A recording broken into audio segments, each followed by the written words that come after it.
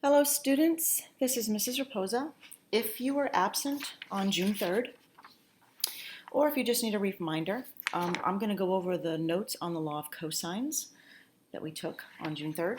We also did another example on June 3rd, and I made another video that's about 10 or 11 minutes long to explain how we solved this trig equation, and that's to help you with number 4 from page 329, which was assigned for homework. So this is the second part of the notes we took on June 3rd, law of cosines. So what is the law of cosines? It's used to solve for side lengths or angle measures on any triangle. You're used to Pythagorean theorem, a squared plus b squared equals c squared, but we can only use that on right triangles. Law of cosines is kind of like a variation of the Pythagorean theorem that's used for any type of triangle. Doesn't necessarily have to be a right triangle. I put 3 different variations here. What we need to understand is that these lowercase letters, C, A, and B, right here, A and B, those are side lengths, and those side lengths are opposite the angle measures represented with uppercase letters. For instance, angle A is directly across from side length A. Angle C is directly across from side length C. And angle B is directly across from side length B. That's important when you set up the law of cosines to solve for side lengths or angle measures. We're going to take a look at example 1, which is the condition side angle side. That means I'm given 2 side lengths and an angle between them. Side angle side condition. And we use that to find the side length that's the missing side length on the triangle. If we're given 2, we want to find the third one.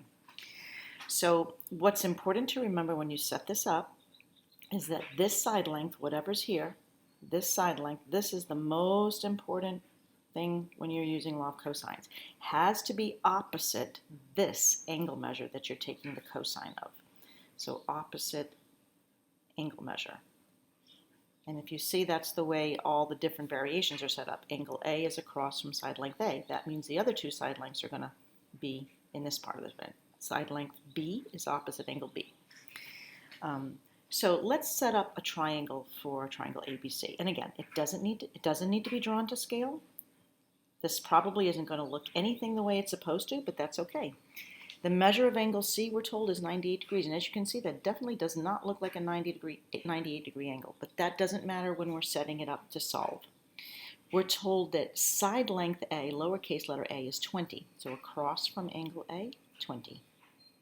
We're also told that side length B is 15. So across from angle B is side length B, and that's 15. I'm going to label this as A and label this as B. I'm solving for side length C, directly across from angle C. And like I said, when we set it up, we need to make sure that this side length is the one that's opposite this angle. So I'm going to use this formula. C squared, which is what I'm solving for, is equal to A squared plus B squared, so 20 squared plus 15 squared, minus 2 times A times B times cosine C. This is all one term here. So minus 2 times A times B times the cosine of angle C, which is what I know to be 98 degrees. And as you can see, this side length is opposite this angle measure. This side length is opposite this angle measure. That's the most important thing when setting up your equation to solve for a side length. So we're going to go ahead and work this through. That's going to be 400 plus 225 minus 300 times 2 is 600, cosine 98 degrees. And remember, this is all one term. Right here, it's kind of like minus 600x, right? So this is not like terms with this one. These two are like terms. So I'll have c squared is 625 minus 600 cosine 98 degrees. And instead of go ahead and finding out cosine of 98 degrees, that's just some decimal, multiply it by 600, and whatever you get, subtract it from 625. We could do that. Or I can just go right to my calculator and have my calculator do the entire thing for me. So I'm going to go ahead and do that. Make sure you're in degree mode. I've already checked I am in degree mode. And I'm going to have 625 well, you can't really see that too well if I pull it up, but 625 minus 600 times the cosine of 98 degrees, and that gives me 708.5 approximately. So I'm going to say that c squared is approximately 708.5. And now to find out what value c is, I'm just going to take the square root of 708.5. And when you do that, you're going to get approximately, let's see, I have it here, 26.6. So side length C is about 26.6 units. There's a U-try problem here where you can set up the triangle and make a diagram. Again, it doesn't have to be drawn to scale. And then find side length A. And the answer, if you finish it all up, you can stop the video and try it if you want. And then when you come back, you should get that A is about 17.7. Okay. Let's go on to example 2. We're going to use a different condition. This is where we have the side angle side condition, and we're trying to find the third side length on the triangle. The side side side condition is where you're given all three side lengths. Oh, actually, it doesn't say, some of it got cut off. That's okay. So the second example is we have the side side side condition. That means I'm given all three side lengths, and I need to find the measure of either one or all the angles. So we're going to go ahead and do that. In triangle PQR, again, it doesn't need to be drawn to scale. If you want to draw it to scale after you know what the angle measures are, you can go ahead and do that. But in triangle PQR, we're told that P is 8, so directly across from angle P is going to be side length 8. And directly across from angle Q is going to be side length Q, which is 10. And directly across from angle R is going to be side length R, which is 4. So I'm imagining this is going to be the smallest angle because it's across the smallest side. And this is the biggest side length, so this will be the largest angle. So let's go ahead and solve using law of cosines. And law of cosines, when you set it up, it says here that c squared is equal to a squared plus b squared. Here's our Pythagorean theorem with the little extension, minus 2ab cosine c. This time we're working with p, q, and r. So I know that this side length has to be opposite this angle measure. That's the most important thing when setting them up. Just like using Pythagorean theorem, the most important thing in setting it up is that the hypotenuse is side length c. So you can start by solving for any angle measure. I had students in class choose which one they wanted to solve for. Let's start with angle R. So if this is angle R, then that's the measure I'm going to plug in here, but I don't know what that angle measure is, so I'm just going to put angle R here. And directly across from angle R is 4, so that's what's going to go here. So 4 squared equals, instead of having A and B this time, now the other two side lengths are Q and P, which are 10 and 8. So I'm going to use those here. And whatever I use here, I plug in 10 and 8 also here. Oops, minus, not equals. So 8 squared plus 10 squared minus 2 times 8 times 10 cosine R. And like I said, this side length is opposite this angle measure. This time I'm solving for the angle measure, so it's going to be a little bit different than example 1. This will give me 16 equals 64 plus 100 minus 2 times 8 is 16 times 10 is 160 cosine angle R. Like I said, this 160 is being multiplied by cosine R, so it's not like terms with these two. These two are like terms. I can put them together, so 16 equals 164 minus 160 times the cosine of angle R.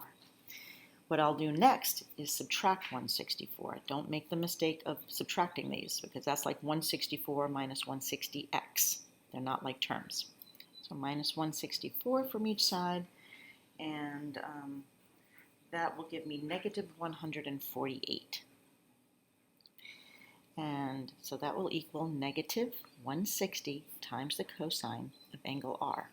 The next thing I want to do, is divide each side by negative 160 so that I can get the cosine of angle R by itself. And that's going to give me 0.925 is equal to the cosine of angle R. Now all I need to do is find the cosine inverse of 0.925. Oops, 0.925. Get ahead of myself.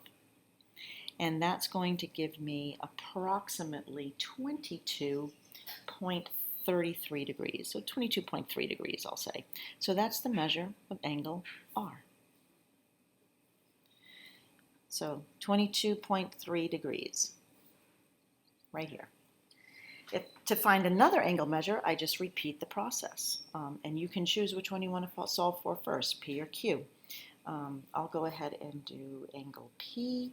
Once I have these two angle measures, I really don't need to use the law of cosines again because I know that all three add up to 180. So to find the third, you can just subtract from 180. However, I like to double check. So what I usually do is I use the law of cosines to find the third angle measure as well. And then when I'm all done, make sure that all these three add up to 180. It's a way to double check if you want to do it that way. It takes a little bit more time, but you know you'll have the right answer. So kind of didn't leave myself some room here, but I'm going to go ahead and start it down here. So I'm going to solve for angle P. So I'll know that in reference to this angle, this is the opposite side, so that will have to be here, and angle P will go here.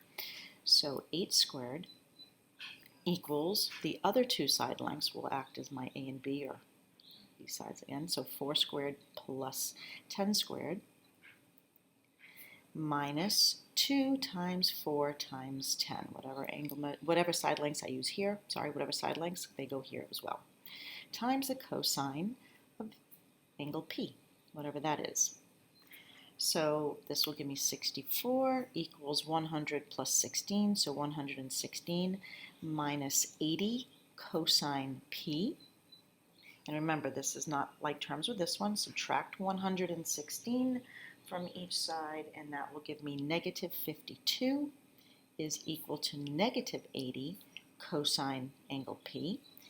Divide each side by negative 80 to get rid of that, and you're going to end up with, I'll bring it over here, 0.65 is equal to the cosine of angle P. So the next step is to do the cosine inverse. Let's find out what angle measure has a cosine of 0.65. So the cosine inverse of 0.65 will give me the angle measure I'm looking for. And when you go to the calculator, you'll get 49.6 degrees approximately. So that is the measure of angle P, about 49.6 degrees. So you can put that over here, 49.6 degrees. And to find the third angle measure, like I said, you could go through the process again. 10 squared is going to equal 4 squared plus 8 squared minus 2 times 4 times 8 times the cosine of angle Q, and solve for angle Q. And check to make sure that when you get your angle measure for Q that they all three add up to 180. Or if you're pretty confident taking a test, you might want to do the law of cosines a third time just to make sure you got it all. You can just add these two together, 49.6 and 22.3, and then just subtract that sum from 180 degrees. So 180 minus 71.9 is going to give me about 108.2 degrees. 108.1. I'm sorry, I'm looking at my notes over here. We rounded a little differently. So these three should add up to 180 degrees. So 108.1. I think in the notes it says 108.2. We just rounded differently. It's close. So that's how you use the law of cosines when you have the side condition, all three side lengths, to find the angle measures. If you want to try the U-try problem, I think in the original set of notes you guys had the same numbers here, just with X, Y, and Z. But if you want to try 7, 9, and 11, and make sure that you get the angle measures that are shown here. Okay, see if it works out. Okay, if you have any questions, you know you can contact me.